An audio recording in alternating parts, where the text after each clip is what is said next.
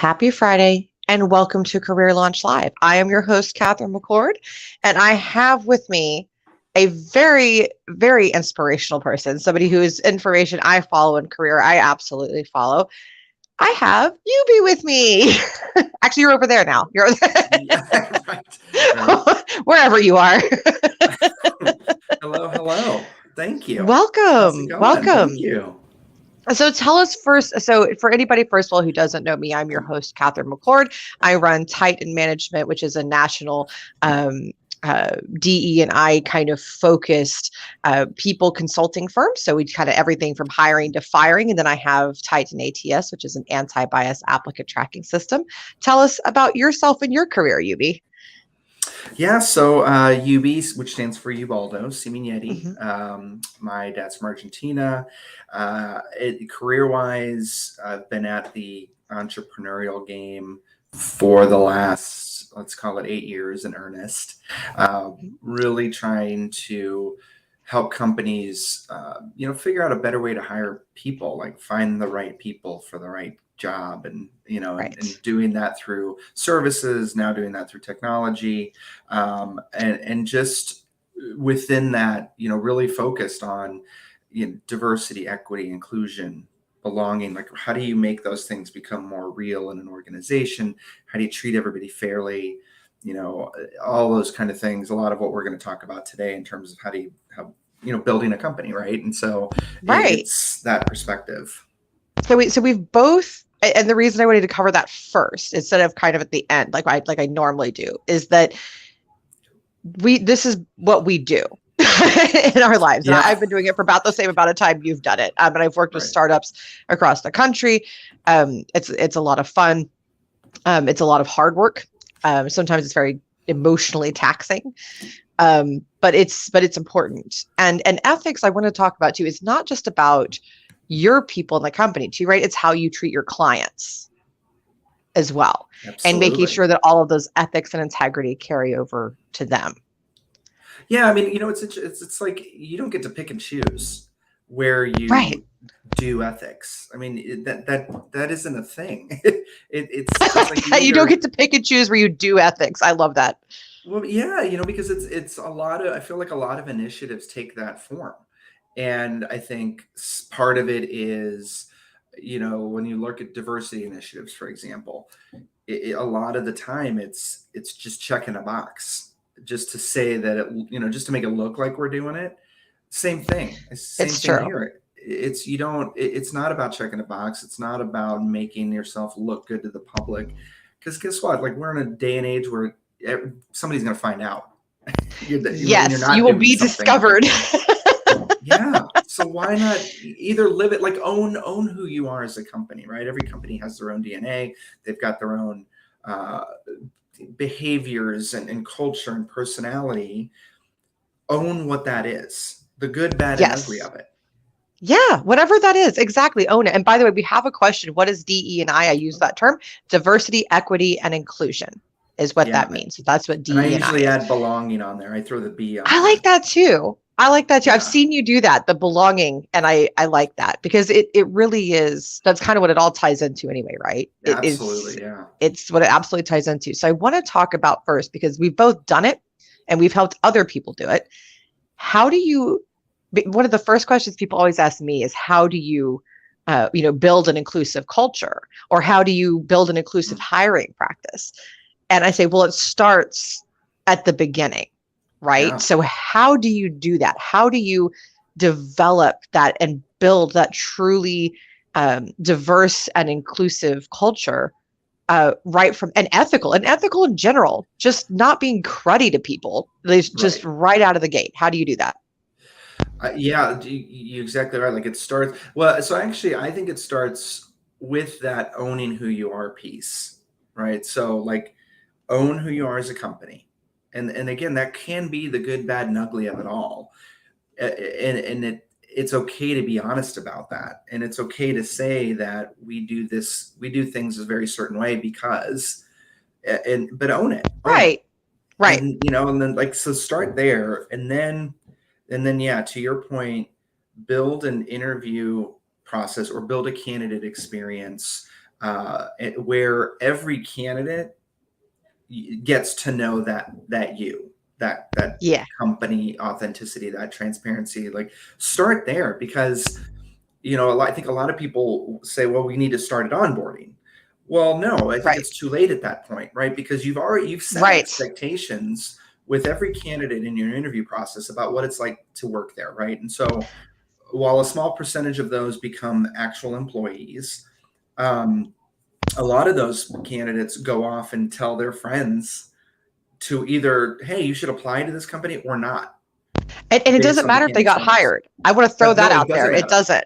Mm-mm. No, that No. you have a lot bigger percentage of people who are going out and talking about your company who aren't working for you That is because of the so true. experience that they had, right? And people forget that. People forget that element. And I want to Yeah, hit too, because you're talking about who you really are as a company, right? yeah, yeah. And so one of the things that I always talk about when on the job seeker side, but it's also important on the company side, is your missions, right? That's what I call it. I call it your missions. Yeah. And basically what that is the things that are your ultimate contribution, right? So for me, innovation, inclusion, integrity, which actually is an action, not just a personality trait, by the Mhm. way, Yeah. integrity. And then, I have kind of a more just personal one. So it's really, you have to bring everything to your missions and focus everything on those. So if you want to be inclusive, everything that you do, whether it's with your customers, whether it's with your team, needs to be about inclusion. If you want to innovate your hiring, innovate your product, innovate the way that you market, innovate everything, innovate the way that you talk to people and work with people, that you manage people, innovate whatever it is that's your mission, make that your driving force, Hmm. and make sure that your people know that and that they feel it every day in the company culture, whatever those missions are. Yeah. No, I think that's a great point. And again, like, going back to the mission and the vision and the values and all that, a lot of people, a lot of companies just tend to throw words up on a wall, and you got posters in your Yeah. office, and do they really mean anything though? Or are they just ways for you to, screen people out of your interview process, right? Like, oh, if they only have, Right. 3 of the 7 things, then forget it, right? But to your point, like, are you actually living this? Are you actually doing this every day? Does every employee line up Right. to the passion of that supposed mission and those values? That's Right. what people, I think, fail to discover in their candidates and in that interview process, is that true mindset alignment. As speaking for our company, there's passion for what we're doing has always sort of been that dividing line, Right. and if you don't have that shared passion that the rest of us do, then it just doesn't work. It doesn't Right. work. Even over the Right. short term, you start to notice the divide. And so Right. why go through that? Like, why put people through that 3 months, 6 month, 9 months of Yes. eventual, like, true pain and mental health anguish because it's not a fit? Absolutely. And I think too, so as you're building what I just kind of want to summarize, and please correct me if I'm wrong here. What you're saying is make sure that everyone you bring onto the team is about your missions and about your goal as a company. Yeah, exactly. Like, Yeah, that's sort of an alignment, that's it. Yeah. piece of the puzzle, right? Like, do And they, and more so, like, even down to the team that they're working with and their manager, right? Like, making sure that the person you're going to hire aligns with with their manager, the potential manager, the people on their current yes. team, because each team has their own culture Oh, and yeah. mission, right? Almost, if you think Oh, about it yes. that way.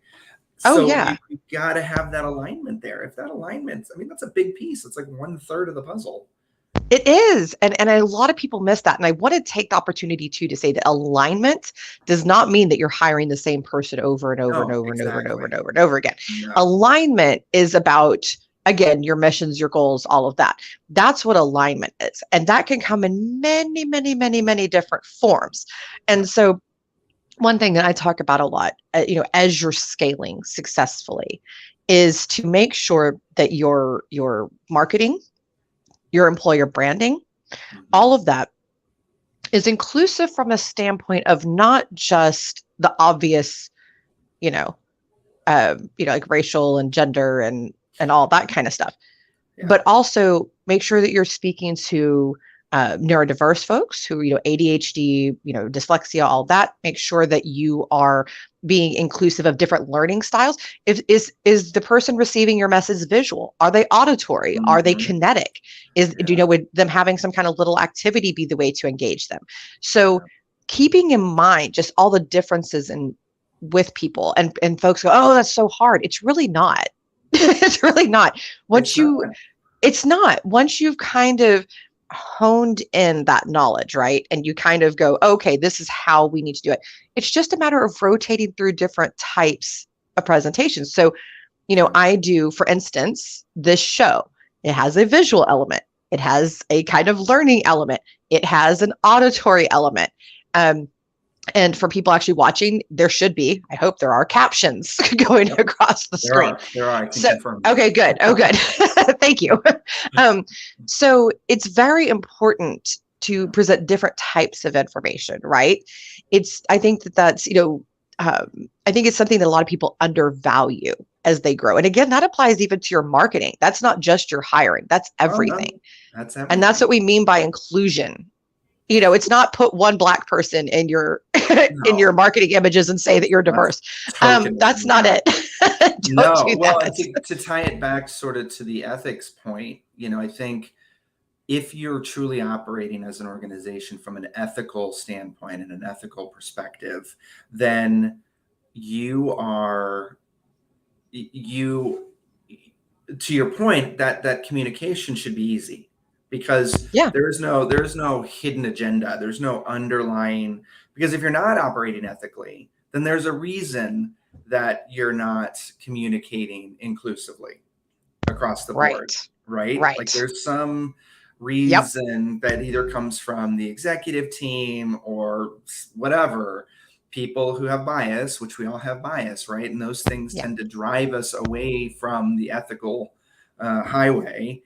That's right. There's an underlying reason why you're not communicating. Right. Absolutely. And real quick, I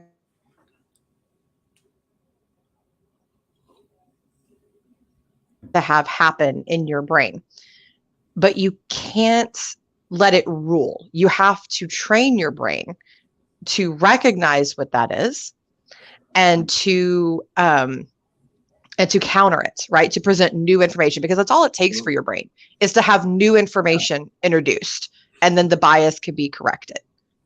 Oh, exactly.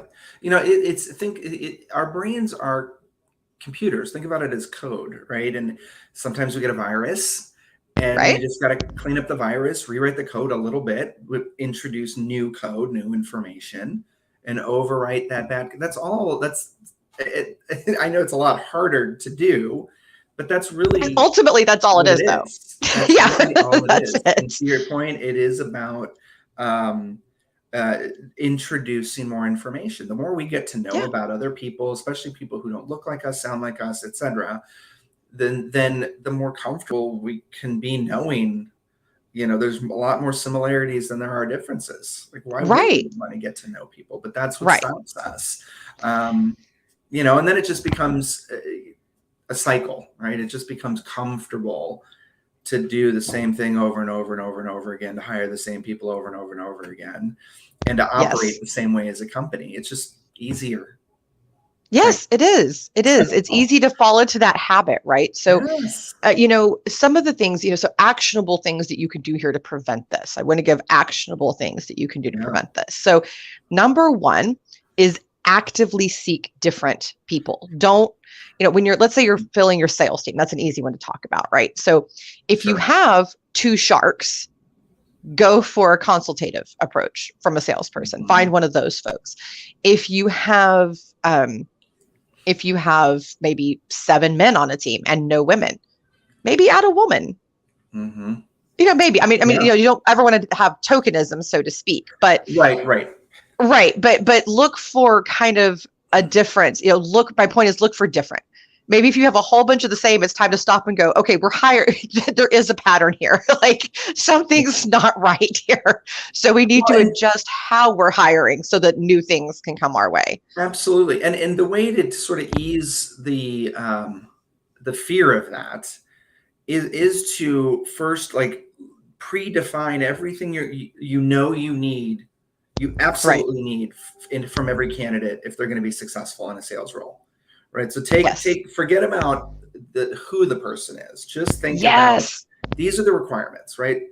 Anybody who comes into this role has to have these things. Great. And now go back and define your interview process and your job description based off of that. Absolutely. So that and that's and aligned. Amen. Right? Amen to that. Let me tell you. Who comes through the process. Men, women, people of color, accents, right? Different names. I mean, look at my name, right? Like, doesn't matter. Any of those things don't matter. If they meet all the requirements, why wouldn't they be a good fit? Right. And that's the thing is that's what I tell people. Think about the problem that you need solved. Don't define the person. That's a much better way. So you could say, for instance, going back to my previous analogy, we need a consultative salesperson. Doesn't matter what that looks like physically. And I want to point out too, that we need to stop deciding what a good interview looks like from a person, right? Because that can cause so many problems in the hiring process. I've had people tell me, well, this person didn't make eye contact. I don't want to hire them. And I'm going, this is a technical position. Why in God's name do they need to make eye contact? What does that have to do? And people have decided that means that you're not trustworthy. Well, let me tell you, there are plenty of diagnoses out there that will cause you to not prefer eye contact. Exactly. That's not a valid reason not to hire somebody. Not a thing. Another one is that I hear a whole lot is, oh, they just didn't show enough enthusiasm about the role. And I'm like, okay, was that it? Or was it not the way that their energy not look the way that you thought it should? Right. Because there are a lot of people that they're excited, but they always sound very calm. Absolutely. Like they just kind of never elevate their tone. They never, they never kind of break into big motions like I do. I get excited. I start flailing about, but it's true. I'm Southern. I don't know. It's a thing. We gesture a lot. Right. And my family's super loud. So I will get so loud when I'm excited, but not everybody's that way. My husband, even when he's super excited, is super quiet. It's not that he's not excited. He's just quiet. Yeah. Right. Well, exactly. And that's the thing. We naturally, and we always tell the story about Thomas Edison. He was sort of the father of the modern interview as we know it. He would give a bowl of soup to every candidate. He was looking for a lab assistant. If the candidate seasoned that bowl of soup before tasting it, he immediately dismissed them from the interview process, because his assumption was that they would be innovation killers, right? That they relied on their assumptions and they wouldn't be able to innovate. And that's so interesting. It is super interesting, right? And the problem is it was an assumption. He was making an assumption about them. But that's what we do is we harp on one thing like eye contact. And if it doesn't go the way that we want it to go, because it makes us feel uncomfortable, then we've already made up our decision about that person on one thing. Yes. Yeah. On one little tiny thing. On one tiny little thing. And most of the time, again, that's why they call it unconscious bias, right? That's just happening naturally. It's not intended for us. Right. It's not an intended behavior, but that's how we hire. And it's a problem. It's a problem. And bias can be, you have help. Yes, exactly. And bias can be everything. I like that you made that point. So it can be down to a behavior that we don't like. I have literally seen candidates rejected over a font. Okay. And not like even like a hard to read font, like just idiotic things. Like Comic Sans. Everybody hates Comic Sans. Like, yes. Yeah, exactly. I for a while developed a bias against a certain name because I'd had several candidates with that name, frankly, screw me over. And so I developed a bias. Well, I had to work on that because that wasn't everybody's fault with that name. That was those two weirdos. Yeah. So that was their problem. So it's, you have to constantly provide new information. So one tip I like to give that's very specific is whenever you notice a pattern with your brain and you want to know, is this a good pattern or a bad pattern? Because some biases are good. There are some things that you need to keep that bias, that there's a good reason for that bias. So when that happens, when you notice, immediately spend about 2 to 5 minutes researching this and see if you can prove yourself wrong. I like that. That's what I do. I no matter what the bias is, I don't care what it is. I Google it and my active approach is to try to see if I can prove myself wrong. Yeah. Because you have to open your mind. Otherwise, you're just going to get your brain going, no, that's not what I believe, and you blow it off. So try to prove yourself wrong. Yeah. And it will actually help your brain to go, this is a reasonable bias, unreasonable bias. So like with the name thing, even though I knew it was stupid, I still did the research thing. And I said, is there anything to a name, causing certain behaviors? No, of course not. Is there any? Right. I love that.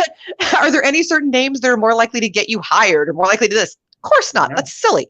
I mean, other than, racially designed things, but no specific name is going to get you hired. If your name is John over Kevin, it's not going to help you to get hired. So it actually helped my brain to go, okay, names don't matter. Yeah, that's not a thing. Oh, it's so huge. It's so huge. And now what's cool is and this is where, right, because there's the long-term mission of helping each of us learn to overcome our biases in that way, right? And so but that takes time. The short term, because companies all need to hire, and they know they need to do it more ethically, more inclusively, and they need to do it right now. And so the way to help bridge the gap between that long-term solve and the short-term need is to then define in the interview process why or why not the name matters, why or why not experience matters, why or why not where you went to school matters, right? I think it's useful to provide that to anybody who's interviewing, to say, look, for this job, it doesn't matter what their name is. It doesn't matter how many years of experience they have.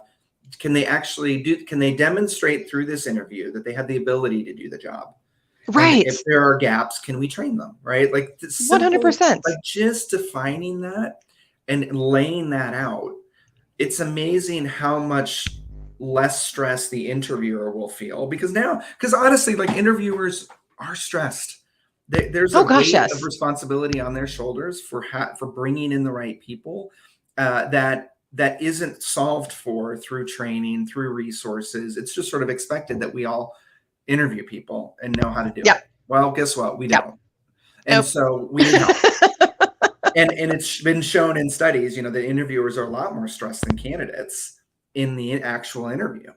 So if that's typically true. Yes. Through structure. Yeah. Then it becomes less stress. Like, I don't have to worry about guessing whether your answers as the candidate are right or not. It's already spelled out for me. So now you and I can just have a great conversation. Yeah, and exactly. We can talk about structure. Yeah, because it's all right there. It's all laid out for me. And that hits out a good point for me. Structure, I hit on this with my clients all the time in every aspect of their business. Structure, structure, structure. Winging it doesn't work very well. Nope. Once in a blue moon, that might work out, but it does not work overall. So be structured. Have a structure for everything. How do you handle client problems? If a client calls in with this problem, this is what we do to solve it. If we have this or this, and it could be an options thing, but have specific guidelines. Totally. If we have, empower your team. Once they're on board, empower them. Go, okay, if these things happen, you have the authority to solve them. Here are the basic guidelines. This is also how you keep integrity, tying it back to the theme of the show. This is how you keep integrity, is policies, procedure, sameness, having a same policy across the board for everything, a same procedure across the board for everything. This is also, by the way, part of how you retain people. This is part of how you keep your team. Is everybody needs to be treated as an individual, but equally so. right? Yes. So so manage, differently but equally is what I tell people. Yeah. Every person needs a little bit different, care, just like your children, right? It's the same thing. My sister and I are vastly different humans, vastly different. So therefore we had to be raised differently, but we were raised equally. We were taught the same things. We had the same Yeah. general expectations, which were, to be kind, to be, polite, to think before we did things, to be Yeah. honest, so have the same baseline, the same requirements, the same expectations, but Yeah. have a different approach I love to your that. people. Absolutely. Yeah, because that's where you allow the organic growth of the diversity that you're looking for. Because Right. you and your sister are different. You bring different things to the table, but you have the same, I'll go back to the computer analogy. You have the same baseline, coding, right? Or Right. functioning parameters that you've been operating in, but you've been allowed to grow as yourselves as individuals within that. Right. Right. And that And is by the way, exactly, yeah. there's plenty of studies out there to show why this matters to a business. So when you Yes. allow people to operate in a way that's healthy for their minds, Yes. they are more productive. There have been Yes. articles done by Harvard, by Psychology Today, multiple other great sources that talk about this, that when the mind is allowed to work as it naturally exists. So if you're auditory, you do more things, with listening. If you're visual, you do more visual, so on and so forth, down to Yeah. tools like my headset here. The more comfortable you are, the better you work. Fact. That's it. Well, and that's, Fact. an acute way to look at that is people with disabilities. You know, Right. there is plenty of technology to support people who need a little more, right? Like they need more to feel, to your point, to feel comfortable and be able to work comfortably. Right. There's plenty of technology out there. It doesn't cost a lot. And so why not, as an organization, if you find somebody who literally checks all the requirements, why wouldn't you hire them? Why you don't Right. hire them is because you're not comfortable. That's it. It has Yep. nothing to do with their ability, alignment, and growth potential for the Nope. company. It's because Nope. you're not comfortable with them. Yes. And that Exactly. is why we dismiss everybody for the most part out of a process, an interview process. We're just not comfortable with them. And That's true. that's unethical. Like that lacks integrity, that It process. does. And which is why then a lot of companies will put in these AI driven HR tech to do that dismissal automatically, right? The Right. resume screeners, all that Right. kind of stuff that does all this automatically. It just makes us feel better that we didn't make the decision. We let the computer do it. Right. Yeah. Well, it's still you, bud. It's I mean, still yeah. you. Well, and guess who created the technology? A human being, and you're Yep. letting that human being, who's not even a part of your company, decide the future of your company by Which is putting this weird. Like, why technology would you into ever do place. that? That makes Exactly. no Like sense. it's so blows my mind. But it's just the mission. So tie everything back Yeah. to that. And when somebody needs something that's just a little bit different, roll with it. Who cares? If Exactly. somebody comes to you and says, you know what, I'm having a little trouble focusing. I could really use something to help with sound. Get them some sound canceling Yeah. headphones. Yes. Get, whatever it is that will help them to work more productively. If they're ADHD and they want a yoga ball to bounce around, let them have it. Yeah. If they say to you, hey, it would really be helpful for me. I have, a medical condition. It'd be really helpful for me to be able to um, work from home some days, because some days I can still work, but it's just the getting up and getting there that's really tough. Absolutely. Work with them, Yeah. because trust me, and I'm going to use myself as an example here. I've had people tell me, oh, you can't, or oh, Right. or worry that, oh, I wouldn't be productive. Let me tell you, nobody works as fast as I do. Nobody works as efficiently as I do and effectively as I do. I can take that back. There's one person and he's in the other room. That's my husband. He's an extraordinary worker. I hate that he's better than me. It really bugs me. I'm super competitive. But Right. but the truth is that it's not my physical my physical concerns, my health don't stop me. I just sometimes need to do it from bed rather than than out in the real world.